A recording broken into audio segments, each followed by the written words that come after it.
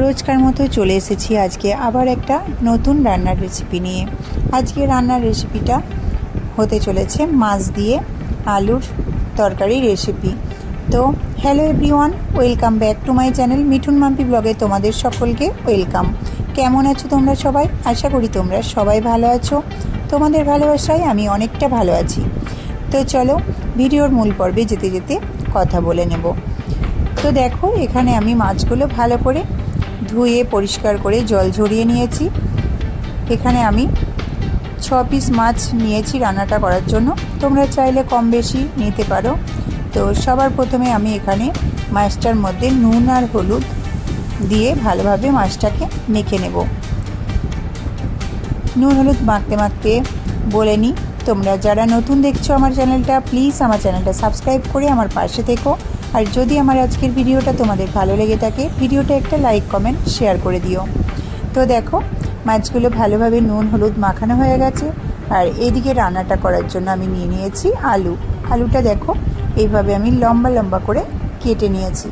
ভালোভাবে আলু ধুয়ে জলের মধ্যে কিছুক্ষণ রেখে দিয়েছিলাম। জল ঝরিয়ে একটা থালার মধ্যে তুলে নিচ্ছি।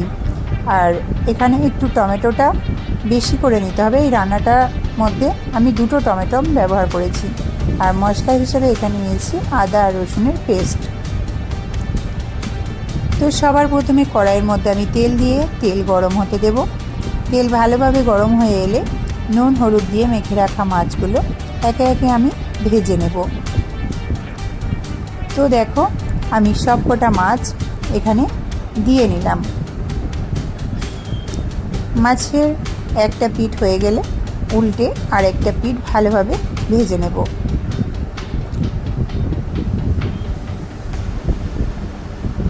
তো অবশ্যই ভিডিওটা দেখতে দেখতে তোমরা বলে যাবে তোমরা কোথা থেকে আমার ভিডিওটা দেখছো। আর মাছ ভালোভাবে 2 পিঠ উল্টে ভেজে নিয়েছি। গ্যাসের ফ্লেমটা লো টু মিডিয়াম করে নিয়েছি। কিছুক্ষণ সময় ওয়েট করছি। আরও কিছুক্ষণ সময় পর আরও একবার করে মাছের এপিঠ ওপিঠ উল্টে পাল্টে আমি ভেজে নেব। দেখো, আর একবার আমি উল্টে নিলাম। এরকমভাবে লাল করে মাছগুলোকে ভেজে নিতে হবে। তো সব কটা মাছ আমার সুন্দর করে লাল করে ভাজা হয়ে গেছে। এবার মাছগুলো আমি একটা পাত্রের মধ্যে উঠিয়ে নেব। তো দেখো, সব কটা মাছ আমি এভাবে একটা পাত্রের মধ্যে উঠিয়ে নিলাম। এবার ওই তেলের মধ্যেই আমি ফোড়ন হিসেবে গোটা জিরে দিয়ে দিলাম। এবার কেটে রাখা আলুগুলো আমি একে একে দিয়ে দেব।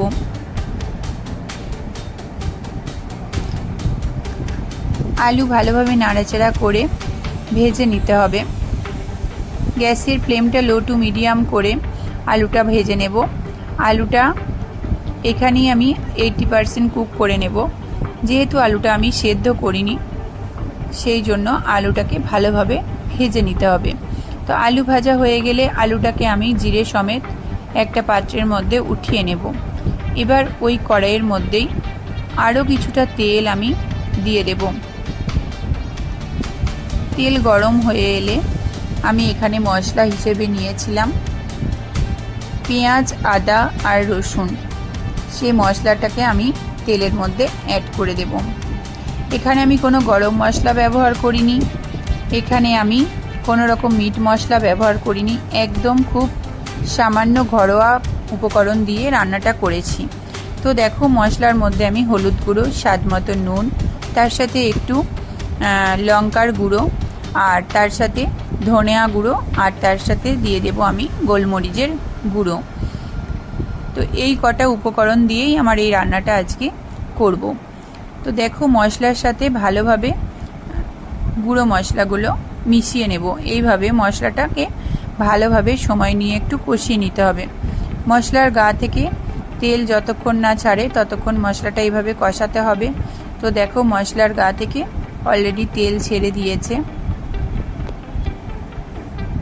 এই অবস্থায় আমি কেটে রেখে যে টমেটোটা দিয়েছিলাম সেই টমেটোটাকে এই মশলার মধ্যে অ্যাড করে দেব।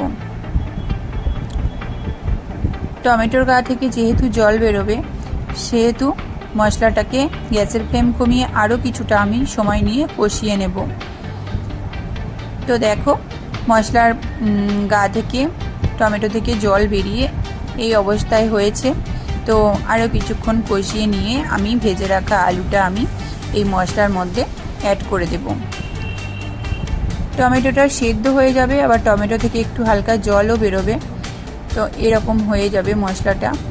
খুব সুন্দর একটা কালার এসছে, দেখতেই পাচ্ছ। তো দেখো আলুটাকে আমি এবার অ্যাড করে দিলাম, আরও কিছুক্ষণ নাড়াচাড়া করে নেব, দিয়ে আমি এটার মধ্যে জল দিয়ে দেবো। তোমরা যে যেরকম পরিমাণে গ্রেভি খাবে সে সেরকম পরিমাণে জল অ্যাড করবে। এখানে জলটা বেশি আলু সেদ্ধ করার জন্য অ্যাড করার দরকার নেই, কারণ আমাদের আলুটা 80% কুক হয়েই আছে। দেখো তোমাদেরকে আলু আমি টিপে দেখাই, আলু আমার 80% কুক হয়েই গেছে। যেহেতু আলুটা আমরা খুব সুন্দরভাবে ফ্রাই করে নিয়েছিলাম, তাই জন্য আলুটা আমাদের অলরেডি 80% কুক হয়ে গেছে। তো জলের পরিমাণটা এখানে আমি 1 বাটি মতো দিয়েছি। এবার আমি 3টে কাঁচা লঙ্কা চিড়ে রেখেছিলাম, সেই 3টে কাঁচা লঙ্কা অ্যাড করে দিলাম। তার সাথে আমি দিয়ে দেবো ভেজে রাখা মাছগুলো। ভেজে রাখা সবকটা মাছ আমি ঝোলের মধ্যে অ্যাড করে দিলাম। এবার একটা খুন্তির সাহায্যে দেখো সবকটা মাছ আমি দিয়ে দিলাম। এবার একটা খুন্তির সাহায্যে ভালোভাবে নাড়াচাড়া করে নেব। মাছ আলু সব কিছু জলে ডুবো ডুবো হয়ে থাকবে, সেরকম একটা ব্যাপার হয়ে যাবে। দেখো এই রকম একটা ব্যাপার হয়ে গেল। এবার আমি একটা থালা নিয়ে চাপা দিয়ে রান্নাটা কিছুক্ষণ হতে দেব। তো রান্নাটা হতে আমি 5 থেকে 7 মিনিট মতো সময় দিয়েছিলাম। 5 থেকে 7 মিনিট পর ফিরে এসেছি। দেখো আমার রান্নাটা অলরেডি হয়ে গেছে, ঝোলটা ফুটে গেছে। তো তোমরা দেখতেই পাচ্ছ গ্রেভির পরিমাণটা কতটা কমে গেছে। তো এই অবস্থায় আমি তরকারিটা নামিয়ে দিয়েছি। এর থেকে বেশি ঝোল করলে এই রান্নাটা ভালো লাগবে না। অবশ্যই বাড়িতে একবার ট্রাই করবে। এই গরমের মধ্যে এরকম হালকা পালকা রান্না খেতে অনেক সুন্দর লাগে, আমার তো বেশ লাগে, আমি ঘরে প্রায়ই বানাই।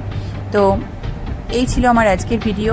আমার আজকের ভিডিও তোমাদের কেমন লেগেছে অবশ্যই কমেন্ট বক্সে জানাবে। আর ভিডিওটা যদি আমার ভালো লেগে থাকে অবশ্যই একটা সুন্দর মন্তব্য করে যাবে।